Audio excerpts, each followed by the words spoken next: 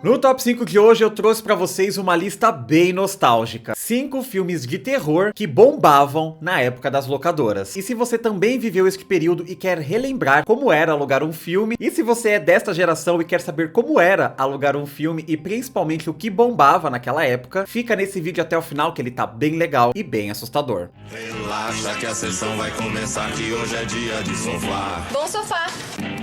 Eu sou o Gabriel, esse é o canal Videoterapia. Se você é novo por aqui, se inscreva agora mesmo, que será bem legal ter você conosco. Deixa o seu like e um comentário no início do vídeo, que ajuda bastante a impulsionar o conteúdo. Então já coloca aqui nos comentários o emoji de uma fita VHS, que eu vou deixar um coraçãozinho pra vocês. Cliquem também no botão do Hype, que é uma ferramenta nova aqui do YouTube, que ajuda a impulsionar ainda mais o conteúdo. Então, só clicar aqui em Hypar, que vocês ajudam bastante o meu trabalho. As locadoras de filmes foram ambientes maravilhosos pra quem gostava de filme nos anos 80 e nos anos 90, que foi o auge deste espaço que era como se fosse a igreja dos fãs de filmes, já que na verdade era a única forma que nós tínhamos de ter acesso aos filmes que nós queríamos assistir. Ou você alugava um filme, ou você tinha que depender da programação da televisão, e é claro que também tinha a opção de você comprar o filme, mas a mídia física era extremamente necessária para você ter acesso aos seus filmes favoritos na hora que você quisesse. E o ambiente de uma locadora era algo extraordinário. Você entrava naquele lugar, era como se você fosse para um outro planeta, assim, você via aqueles filmes, elas eram divididas por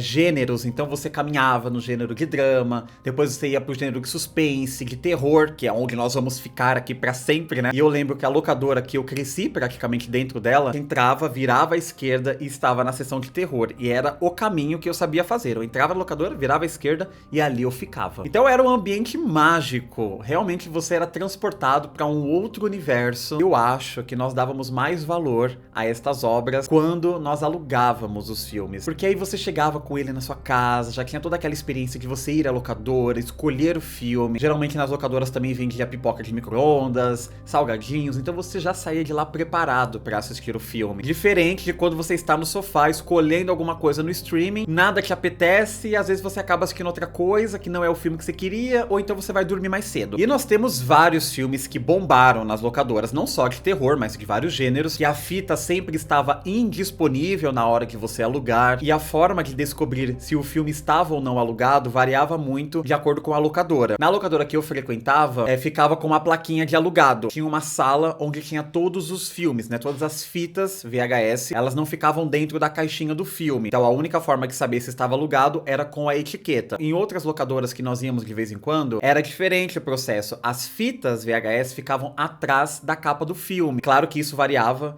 de acordo com a locadora da sua cidade, então coloca aqui nos comentários como que vocês sabiam se o filme estava ou não alugado. E como eu praticamente morava dentro dessa locadora, tem vários filmes de terror que eu via sendo alugados com muita frequência, então são esses que eu separei para vocês na lista de hoje. Podemos considerar este vídeo como parte 1, já que eu separei outros filmes que não couberam nessa lista, mas que eu pretendo trazer uma parte 2 o quanto antes para vocês. E se vocês gostarem, podemos fazer parte 3, parte 4 e assim por diante. É claro que os filmes que eu separei nessa lista são os filmes que fizeram parte da minha infância, os filmes que eu via sendo alugados, que a capa desses filmes eram bem chamativas, as histórias eram bem legais, e eu quero que vocês também coloquem nos comentários o top 5 de vocês, de filmes de terror que bombavam na locadora da cidade de vocês. Vamos abrir essa lista com o icônico A Tempestade do Século de 1999. Em 1989, na ilha de Little Tall, a população se prepara para enfrentar a pior tempestade de inverno de sua história. Ao mesmo tempo, um misterioso homem chamado André Linoge chega à ilha e eventos sobrenaturais e brutais começam a ocorrer com os moradores. Esse filme chamava muito a minha atenção por ser duas fitas. Isso era algo muito curioso também. Quando um filme ele era muito longo, tinha que ser dividido em duas fitas, porque o VHS tinha uma duração limitada, né? Não dava para colocar uma coisa gigantesca que não ia caber. Com o DVD, isso passou a ser tratado de uma outra forma. Com o Blu-ray, então, as coisas são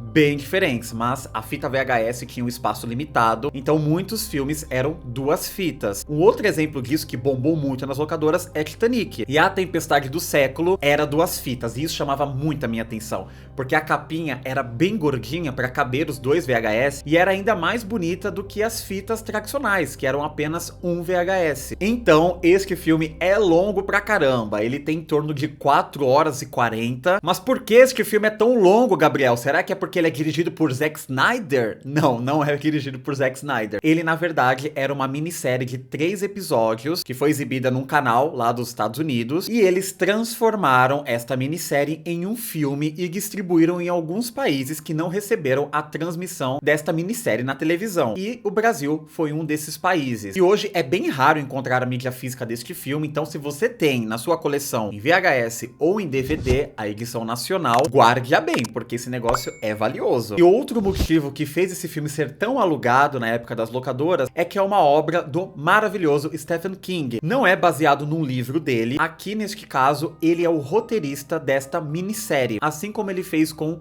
Rosehead, A Casa Adormecida, que eu vejo vocês pedindo demais aqui nos comentários pra eu falar sobre Rosehead. Isso vai acontecer. Só que assim como Tempestade do Século, Rosehead também tem mais de 4 horas de duração. Então eu estou me planejando muito bem para conseguir assistir esta obra com muita calma, anotar os pontos principais, montar o roteiro. Então imagina, se eu já levo um tempão para fazer isso com longa-metragem de duração tradicional, né, de 1h30, 1h40, no máximo 2 horas, imagina um filme com mais de 4 horas. Então aqui nós temos esta ilha, que vai receber uma das piores tempestades de inverno que eles já tiveram, e do nada aparece um cara misterioso. E este cara diz que ele conhece os segredos de todos os habitantes desta ilha. E ele começa a soltar alguns segredos bem cabulosos de um deles, como ele também mata uma das pessoas da ilha. E a caracterização deste ser misterioso é muito icônica. Ele anda com uma bengala, ele tem uma capa assim que cobre todo o corpo dele, e ele sempre deixa algumas mensagens pela cidade dizendo: me deem o que eu quero e eu vou embora. Então esta é a discussão principal do filme. É uma história bem interessante, tem umas discussões bem polêmicas. Será que a população vai conseguir fornecer este desejo misterioso? E vocês vão precisar assistir para descobrir o que o forasteiro deseja. E vocês lembram de ver este filme nas locadoras? Vocês também gostavam de filmes com 2 fitas? Eu achava o máximo. Don't let him take my son! Storm of the Century. O próximo filme que bombava na época das locadoras, este aqui ainda por influência do slasher adolescente que estava muito em alta nos anos 90, Medo em Cherry Falls, de 1999. Na pequena cidade de Cherry Falls, na Virgínia, um psicótico assassino passa a atacar jovens virgens da escola secundária local. As investigações dos assassinatos ficam a cargo do xerife Brent, mas sua filha Judy, interpretada por Brittany Murphy, que é uma jovem virgem, resolve iniciar sua própria investigação a fim de encontrar e capturar o assassino. Eu lembro que este filme era um slasher adolescente bem polêmico. Aqui nós temos um serial killer que mata jovens virgens. Olha só que loucura! Vários slashers surgiram por conta do sucesso de Pânico, que bombou muito em 1996, e a partir daí nós tivemos vários filmes que copiavam a fórmula de sucesso de Pânico. As pessoas começaram a inventar várias coisas, e uma dessas é um assassino que mata pessoas virgens. É claro que este filme, hoje em dia, ele é bem polêmico, né? Tem vários pontos que não envelheceram bem, mas nós temos que levar em consideração que esta obra não foi lançada agora, ela é de 1998, com o roteiro sendo escrito entre 96 e 97. Então as ideias e os conceitos eram datados daquela época. Então vocês vão assistir e vão falar: nossa, que absurdo. Então tem esses pontos sobre a virgindade, principalmente da mulher, que aqui é algo mais forte ainda. E aí também tem aquela discussão dos pais da época que queriam, né, que as filhas ficassem virgens até o casamento. Então tem todos esses pontos que eram polêmicos naquela época e que hoje são tratados de uma outra forma. Uma coisa curiosa é que eu não assisti este filme na locadora. Eu conheci ele porque ele passou uma vez no SBT, aí eu gostei da história, eu ficava morrendo de medo daquele assassino. Ele tem um cabelão, assim, ele usa uma máscara estranha, o cabelo dele fica meio no rosto. Você não sabe se é um homem, se é uma mulher. Mas aí eu descobri e eu alugava ele direto. E esta obra tem a maravilhosa Brittany Murphy, que estava começando a deslanchar em Hollywood. Depois ela fez Garota Interrompida e colocou ela em outro patamar de atriz. E, infelizmente, teve uma morte bem precoce. Inclusive uma morte bem polêmica. Se você gosta de teorias da conspiração, vocês precisam ler sobre a morte de Brittany Murphy. É bem polêmica, tem vários mistérios sobre a morte dela e também do seu marido, que morreu nas mesmas circunstâncias que a atriz alguns meses depois, e era uma atriz que tinha muito talento. Uma pena que nós a perdemos tão cedo. Medo em Cherry Falls é um filme datado pra caramba, ele é o suco do final dos anos 90, mas é uma história divertida, que se você assistir com o olhar daquela época, entendendo o período que esse filme foi lançado, no auge do terror slasher, voltado pro público jovem, você vai se divertir com este filme hoje em dia também.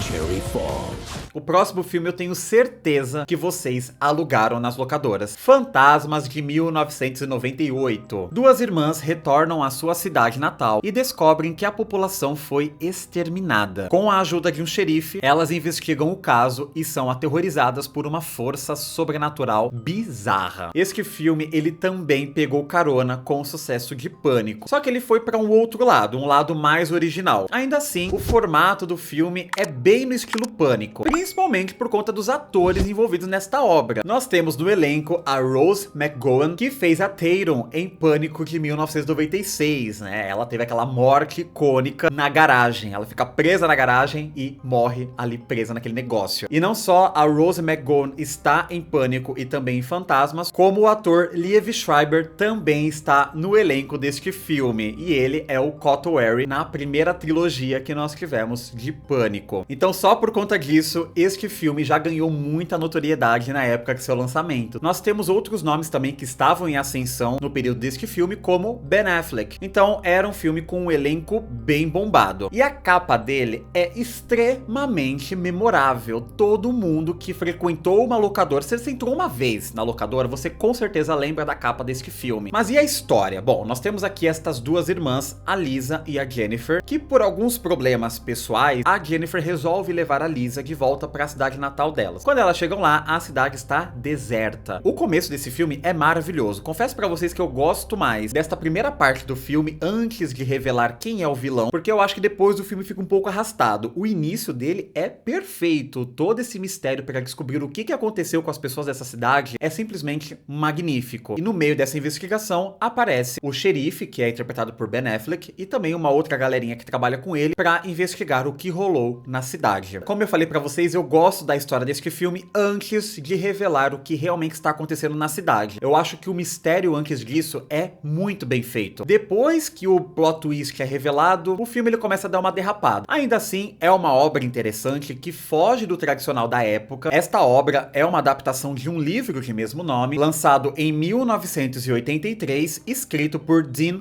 Koontz. Se você já assistiu este filme na época das locadoras, eu acho bem interessante você revisitá-lo. E se você ainda não assistiu, acho que você deveria conhecer esta obra que foi tão impactante nas locadoras nos anos 90.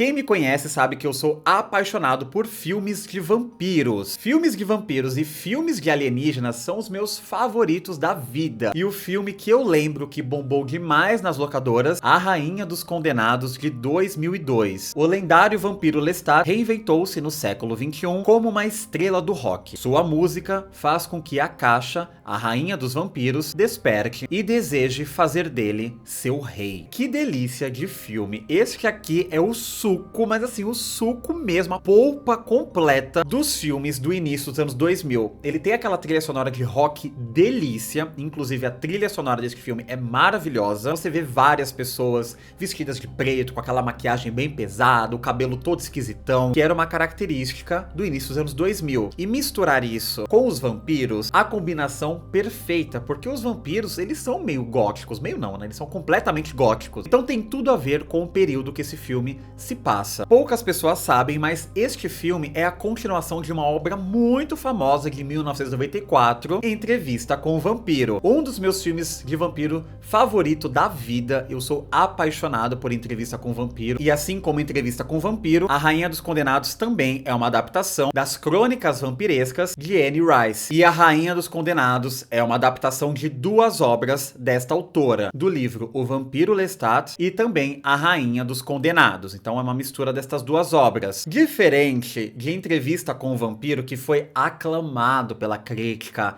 A Anne Rice amou o filme, ela faltou lamber os pés dos personagens. Aqui o negócio foi para um outro caminho. A autora não gostou da adaptação. Ela falou numa entrevista que ela assistiu apenas uma vez para nunca mais, ela achou horrorosa. E a crítica também não curtiu o enredo desse segundo filme, mas ele bombou nas locadoras, não tem como tirar esse mérito dele. Na verdade, eu conheci Entrevista com o Vampiro por conta deste filme aqui. E aí é claro que eu peguei na locadora Entrevista com o Vampiro e a minha cabeça explodiu. Eu falei, gente, o que é isso? Eu era criança, então eu não entendia muito bem a história, mas eu fiquei fascinado. E eu acho que foi por conta disso que eu me apaixonei tanto por histórias de vampiros. A história de A Rainha dos Condenados é uma continuação da história de Entrevista com o Vampiro. O primeiro filme termina com o vampiro Lestat indo pro mundo, né? Ele conseguiu se recuperar, se regenerar. Aqui em A Rainha dos Condenados resolve se tornar uma estrela do rock. Por que não, né? E acaba sendo odiado pelos vampiros, já que ele está expondo esta maldição pro mundo. E uma das regras dos vampiros é: você não pode expor a sua existência pro restante da humanidade. E por conta da sua música, ele acaba despertando uma vampira muito antiga, que é a Caixa. Ela é conhecida como a Rainha dos Vampiros e ela quer que ele seja o seu rei. Eu reassisti esse filme recentemente e ele não envelheceu muito bem. É cheio de problemas, o CGI é pavoroso. O primeiro filme é de 1994 e eles fizeram um trabalho de design de produção impecável. Aqui o design de produção é meio porco em alguns momentos, mas é um filme bem nostálgico, que marca um período delícia do início dos anos 2000. Hoje em dia, a história do filme, talvez ela fique no meio do caminho, né? Nós temos obras maravilhosas de vampiros, isso e aquilo, mas naquela época, o filme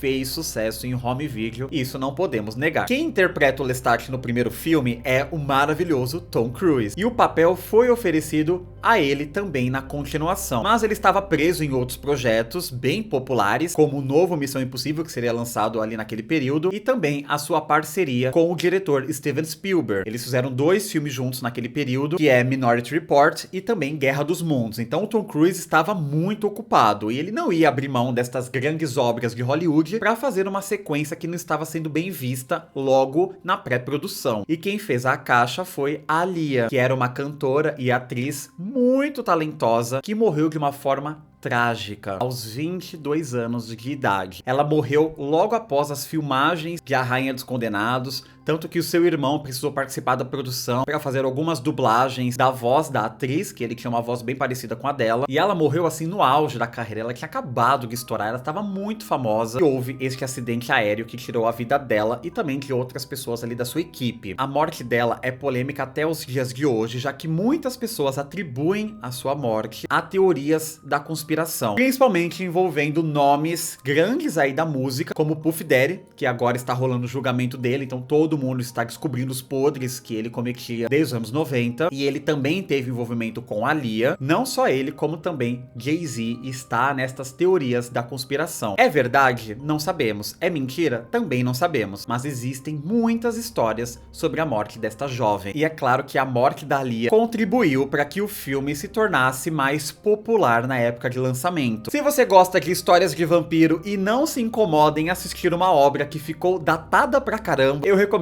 que vocês assistam A Rainha dos Condenados. Queen of the Damned. E antes de falar o último filme que bombava nas locadoras, eu quero pedir para você se inscrever no canal se ainda não for um inscrito, deixe o seu like, compartilhe esse vídeo com um amiguinho de vocês que também frequentava as locadoras, deixem sugestões de filmes que vocês querem ver aqui no canal. Eu com certeza faria vídeos sobre esses filmes que eu acho eles incríveis, então se vocês querem ver no canal, é só colocar nos comentários. E agora que você já se inscreveu, deixou o seu like, compartilhou o vídeo com um amiguinho que também é nostálgico com as locadoras, vamos ao último filme que esse aqui bombou demais nas locadoras. A franquia Faces da Morte, que teve início em 1978. A franquia Faces da Morte é uma franquia com um amontoado de cenas de mortes cabulosas que na época eram vendidas como verdade. Há exibições de lutas sangrentas de cães, jantar com cérebro de macaco, homem ateando fogo em si mesmo, visitação a um aposento de autópsias, entre outras barbaridades. O primeiro filme, que foi lançado ali nos anos 70, ele se tornou VHS nos anos 80. Fez muito sucesso, assim, vocês não têm noção do quanto as pessoas alugavam este filme nos anos 80 e nos anos 90. Novos filmes foram saindo desta franquia. Ao todo, foram lançados aproximadamente 6 filmes desta linha do tempo original, por assim dizer. Mas é difícil saber, já que esses filmes eles tiveram várias versões. Não tinha como entrar numa locadora e não ficar impressionado com as capas icônicas destes filmes. Eles colocavam sempre uma caveira e ela era desenhada e era marcante demais. Minha mãe não deixava eu chegar perto destes filmes, eu demorei pra assistir os filmes dessa franquia, porque na época era extremamente proibido você alugar este filme sem autorização dos seus pais, caso você fosse menor de idade. Então filmes como este causavam demais nas locadoras. E as pessoas também comercializavam esta franquia por debaixo dos panos, né? Do tipo, ah, você quer ter acesso a esse filme e você é menor de idade? Ó, leva este filme na capa de um outro filme, não conta pra ninguém. Rolava muito isso na época. Quanto mais que proíbem de ter acesso a algo, mais você tem fascínio por aquilo. Com o tempo, nós fomos descobrindo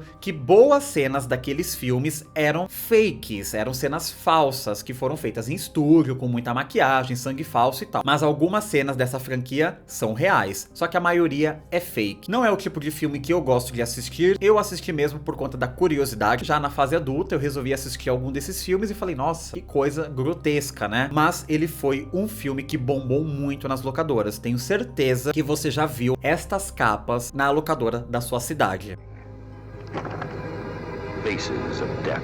E esta é a parte 1 dos 5 filmes de terror que bombaram muito na época das locadoras. E como de costume, se você chegou até aqui, eu trouxe um filme bônus que só você que chegou até o final vai descobrir qual é. E o filme bônus que reinava nas locadoras é Kubo, de 1997. 6 estranhos com características peculiares acordam num estranho local cheio de armadilhas mortais e para sobreviver vão precisar decifrar enigmas matemáticos. Este filme foi bem popular no final dos anos 90. Ele fez tanto sucesso que se tornou uma franquia. E eu confesso pra vocês que eu gosto bastante dos 3 primeiros filmes da franquia. E o legal deste filme é que ele mistura a tortura corporal com enigmas matemáticos. Então era um filme que a galera mais inteligente adorava assistir. E é um filme que envelheceu muito bem. A história dele é maravilhosa. E ele foi lançado antes da explosão desse subgênero de tortura por conta de Jogos Mortais. Então, antes de Jogos Mortais reunir um grupo de pessoas desconhecidas para decifrar enigmas, Kubo já estava reinando com isso nos anos 90. Se você ainda não assistiu